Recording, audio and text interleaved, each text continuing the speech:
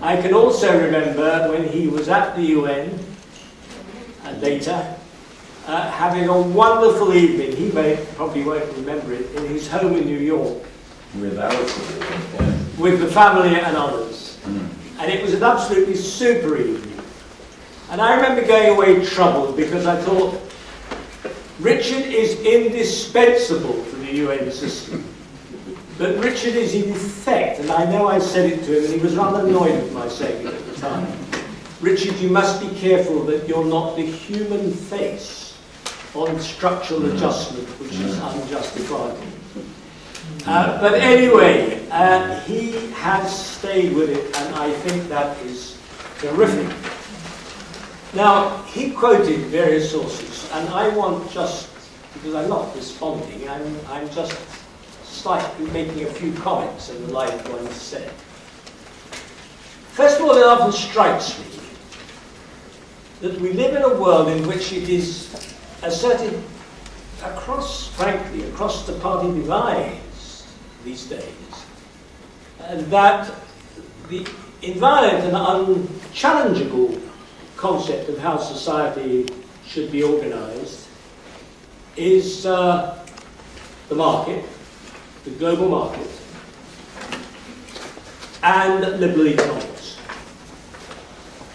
And not infrequently in that context, there are half-baked references to Adam Smith.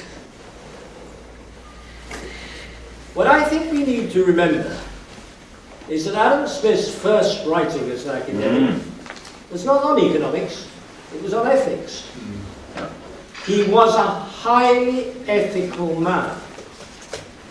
And whether or not we agree with what he advocated about liberal economics, he approached liberal economics in the context of ethics and social responsibility.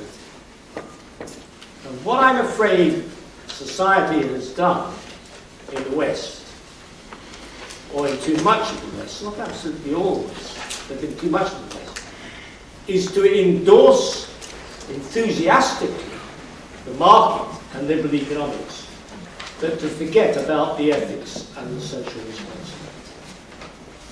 And this is not only a disaster in terms of social morality, it also sows the seeds of the system's own downfall. Because, of course, the crisis through which we've been living is very closely related to greed, acquisitiveness, untrammeled in any way by a sense of ethics and social responsibility.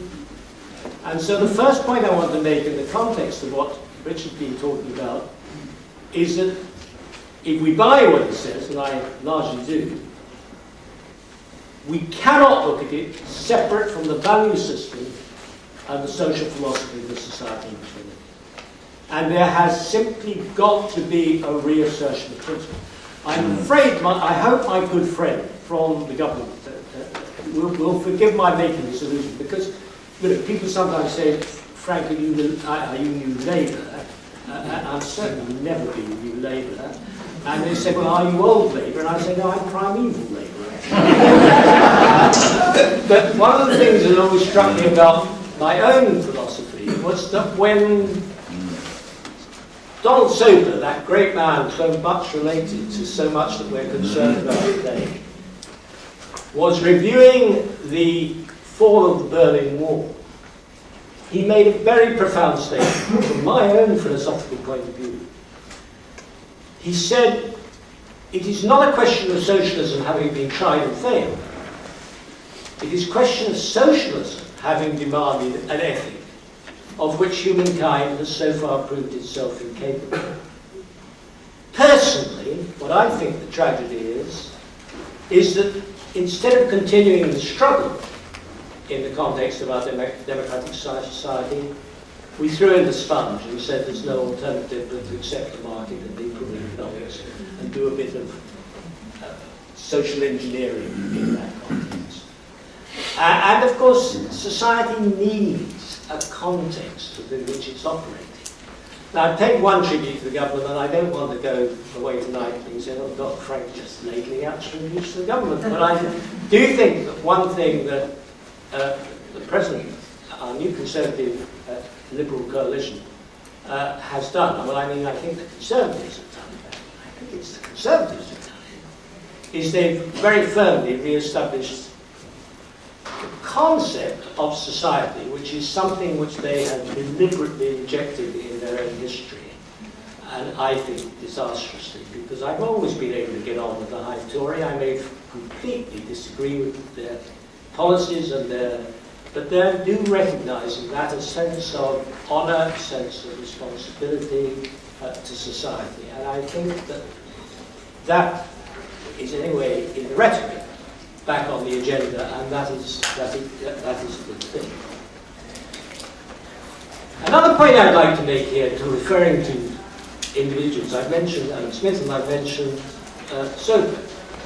Another person I've mentioned, and Richard, as the good teacher that he remains, has been giving us our reading seminar, is a book which profoundly moved me, and which I commend to everybody.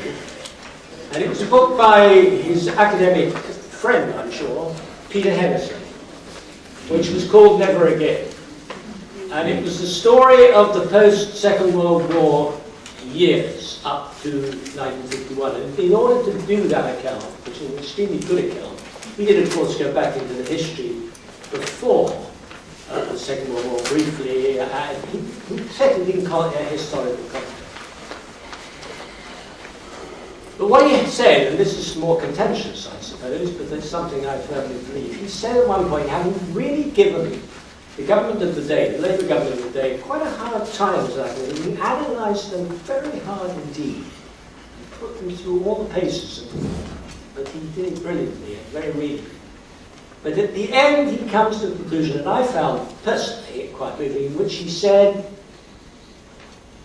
all I can say is that in 1951, Britain was a better place in which to fall in love, to marry, to have your children, and to grow up, than it had ever been before, and dare I say, I think he says it's more or less in the same, has ever been since. And one of the things I find sad about the generations, the new generation, looking at my own grandchildren, is there is a credibility problem, because of course that thesis, what I've just described, went on, and there was a consensus across the parties then, really, about, well, the welfare state was one manifestation of it, but there was a commitment to that kind of society, and people had been through the struggle of the war, which had, of course, compelled people to accept a greater level of equality.